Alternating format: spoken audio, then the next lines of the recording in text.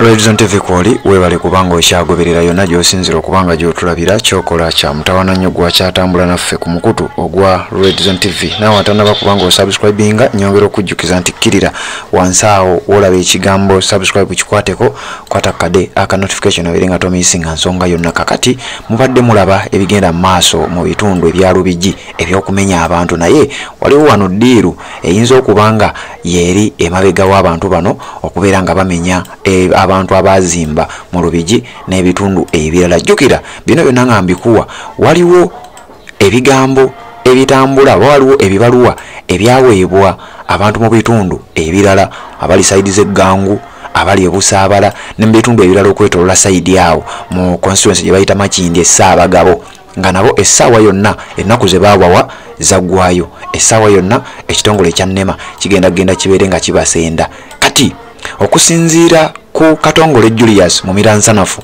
omusajja weeyo Lubaga South naye ng'ate ayagala bwa kansala mu kitundu ekimu. Katongole Julius ono mu Miransanafu ayina amawulire galeese oba ayina ebyama byaleese byenjagala okubanga nkuwa mu katambi kano kogenda okuwulira gwe agoberera omukutu ogwa Redison TV wabula nga gwe atanaba kubanga osubscribinga nyongera okujjukiza nti kkirira wansi awo olaba ekigambo subscribe kikwateko kwata kade ka notification bino byonna obeere nga tobimisinga. Onaagamba nti waliwo ekitongole nga kino kigaba ssente okwetolola ensi yonna era nga kirwanyisa okwonoona entobazi. Ekitongole bakiyita Green Climate Fund. Ngenda kuwa eddoboozi lye ngenda kuwa akatambi nga nnyonnyola ebintu bino wabula nga sinaba kubanga nkakuwa njagadde nkoleko ku research omutonotono noonyereze ku kitongole kino ekimanyiddwa nga Green Climate Fund nkubuulire kikola biki era ngeri gyakyogeddeko njagala nsooke nkikuwe then oluvannyuma mbikuwe. Ekitongole bakiyita Green Climate Fund oba GCF. Kino ekitongole kigaba obuyambi okwetolola ensi yonna era nga kyatandikibwa mu framework eya United Nations oba kye bayita UN Framework Convention on Climate Change UNFCCC ng'ekigendererwa kyakyo kuyambako ku mawanga agakyakula okubeera nga galwanyisa okwonoona entobazi. Kakati mbwe ekitongole kino kigaba ssente ez'okubeera nga ziyamba amawanga gano nga ne Uganda mweri nti mabega kaawo kibadde kirina ssente zekiwa eggwanga lya Uganda nti era ssente ezo kitongole kino ssente kyazitema oluvannyuma ndowooza lw'okulaba nga activities eggwanga lya Uganda lizikola mu kulwanyisa entobazi nga zikendedde oba nga ssente oba oliawo tebakyazeetaaga nnyo. Jjukira ebitongole bino biri wansi wa United Nations UN. Ebitundu ebisinga obungi efugibwa ggwanga lya United States of America nga kitegeeza nti singa eggwanga lya America liba likuggyemu obwesige ebiseera ebisinga n'ebitongole ebiri wansi w'omukago gwa UN bigenda kutandika okutambulira mu nkwawa eza ebiragiro by'eggwanga erya United States of America. Jjukira mu biseera bino twakamala okulaba nga sanctions ziteekebwa ku ggwanga erya Uganda naddala ku bakulu mu gavumenti ab'enjawulo omuli ne Anita Amongo Nnaalongo Speaker akubiriza Parliament. Kakati onaagamba nti ekitongole ekyo kyakendeeza ssente zekyali kiwa eggwanga erya Uganda kitongole kyenkugambyeko ekya Green Climate Change nti era kino ne kiviirako abakulu mu gavumenti okutandika okunoonya butya bwe bayinza okuzza omutima gw'ekitongole kino at least kibeere nga kikyabafandinga nti kati mu kaweefube waabwe ne basalawo okuddamu okubeera nga basenda abantu abazimba mu Lubigi. Jjukira abantu bano mu Lubigi bamazeewo emyaka era omusajja executive director w'ekitongole kino ekya NEMA amanyiddwa nga Dr. Akankwasa Balirega yavaayo n'ategeeza nti abamu ku be balese mu ntobazi nga ebya Mandera oba kampuni za Mandera ezikola ebintu ebyenjawulo wali ebusega era nga nalwo lutobazi yavaayo n'ategeeza nti NEMA we yajjira oba omusajja oyo Mandera bwe yazimbira ebusega nti ekyebusega kyali ekinaba kubeera gazetted naye jjukira ekyebusega ankakasa mwenna abamanyi ekibuga Kampala abayitira ku nkulungo y'ebusega abava Masaka abava Mityana abava Mubende mubadde mulaba ekizimbe ekyo ba factory eyo emyaka gyemazeewo si mingi naye ate mu bantu b'omu Lubigi waliwo abamazeewo n'emyaka egigenda 4. Sigenda kwogera bingi nnyo njagala nkuwe ebigambo byono nga nnyonnyola nti ekitongole kya Green Climate Fund ssente olwokuba nti eggwanga lya Uganda oba gavumenti y'eggwanga erya Uganda beetaaga ssente okuva mu kitongole kino kwe kusalawo oba oliawo okubeera nga baddamu okumenya abantu kambikuwe obeere nga obyewulirira then nze nzije mbeere nga ate nkwongerayo Red Zone TV kwoli bw'oba tanaba kuba ng'osubscribe nga kikole kirira wansi awo w'olaba ekigambo subscribe kikwateko kwata kade ka notification obeere nga tomissinga ate nsonga yonna nja kusaba osharinge bw'oba ng'osobola kwata linki eno gisuule mu WhatsApp groups ez'enjawulo abantu bafune amawulire wuliriza.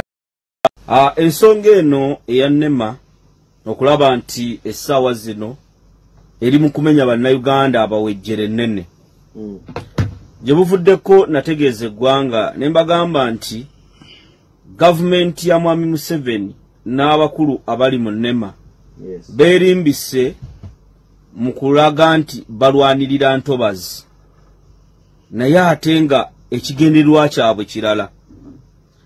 Gye buvuddeko nakola okunoonyereza nga nze Bumira Nsanafu.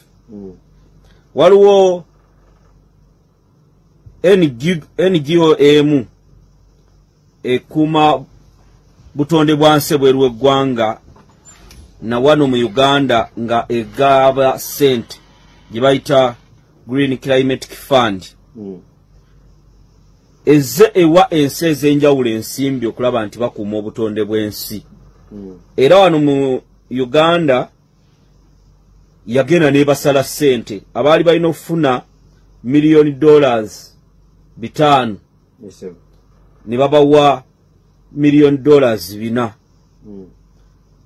Awo bo nga bo abagezigezi ne bagamba kye tulina okukola tulina okubalaga nti tuli mu kutereeza oba tuli mu kuluŋŋamya bannansi nga tukuuma entobazi.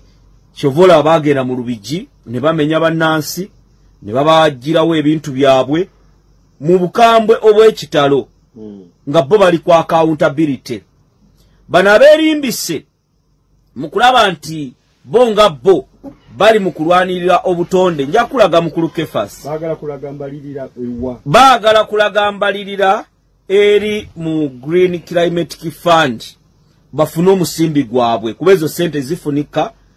Emabega kaawo civil societies zaali zifuna ssente ezo etteeka ne balikyusa bo nga bo bennyini ne bizibeera nga zijja gye bali. Era ekyokubiri nze mbadde mu Lubaga South omwo ne mu Makindye Ssaabagabo municipality waliwo abantu betulaze NEMA ne tubagamba bano bali mu ntobazi. Nja kuwa ekyokulabirako awo e Busega waliwo omukulu bamuyita Mandela aina factories kuludde Masaka ziri mu ntobazi n'ettaka essaawa zino bali mu diwa mu ntobazi mu bisaalu. Naye owa NEMA bwe twamubuuza ebibuuzo ebyo yatugamba ono ye nga ye yagenda okujja wano nga ekifo kino tekinabeera gazetted. Ne tumugamba kaakati ate bannansi bo bali be mwamenye bo temwabawuliriza na bawuliriza bye babagamba olw'okuba bannaku olw'okuba bamufuna mpola ne mubamenyera ebintu byabwe. Era ne tujja ne tubagamba kati Enyanama mwawadde abantu nti munaku bwezi timulina okubeera nga muvuddewo. Naye bw'otuuka Enyanama waliwo kampuni ez'enjawulo nga Movit eri mu ntobazi era bayiye ettaka bamazeewo ebbanga eriwerako. Kino mwennyini kye twagala okutegeeza abannema nti etteeka bwe liba ligenda okukola lwaki litulugunya abantu b'owansi, lwaki litulugunya omuntu tugeze ali mu kigwanya e Busega naye ng'omuntu oyo abadde asasula n'ensimbi mu Buganda Land Board. Omuntu oyo waliwo ne bizinesi ezibaddewo nga bizinesi ezisasula omusolo eri gavumenti. Mukulu Kefasi bino n'abakulembeze abamu babifunamu ne bajja ne beerimbika tuzze kulwanirira abantu. Twakiraba mukulu Sudiru bwe yali nga ali mu kuyiwa ettaka mu nnyanja abakulembeze abamu ne bavaayo bazze kulwanirira nsonga eyo ne bwe babaze ebbali ekyo ne kisirikiraawo. Sudiru n'akola ky'alina okukola.